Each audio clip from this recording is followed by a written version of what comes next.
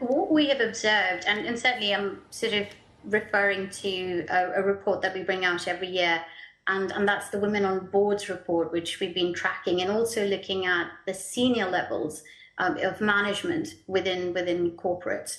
And what we've observed of late is it starts, I think Joyce mentioned that as well, it starts with some of the HR policies that need to be put in place fairly early on. And because I guess APAC was a little bit later in adopting some of these principles, DEI principles, as well as some of the human capital development principles, I think we're seeing a slightly a lag, if you like, in the progress that's been made in APAC versus what we see in Europe. They've had a leg up and also, I guess, headway for many, many years. So one of the things that we've noticed from that report and from our data is that in companies where you've got higher female board representation, that human capital development tends to be more pronounced and better. So that's attracting talent, retaining talent, and also looking at succession ladders as well as development for females. You made a really important point there, Chitra, about retention. And as far as your report and the findings are concerned, gender representation globally at board level, it has improved.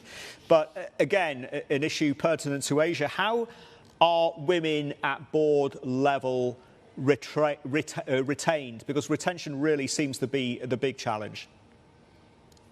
So I think, Sri, that one of the things that we find is harder before we even get to retention is actually getting them up there into boards.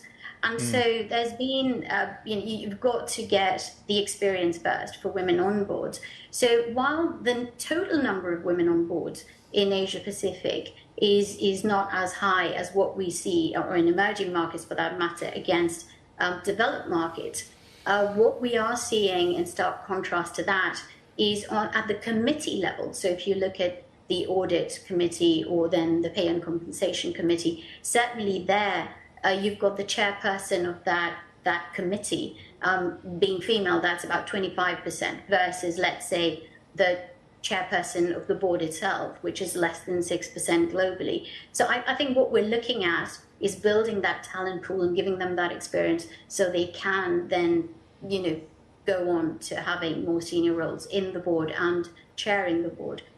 So that's one aspect. I think the other aspect is really regulation. And I can't stress that enough. We've certainly seen a lot more progress in countries where they've put in some sort of mandatory quota.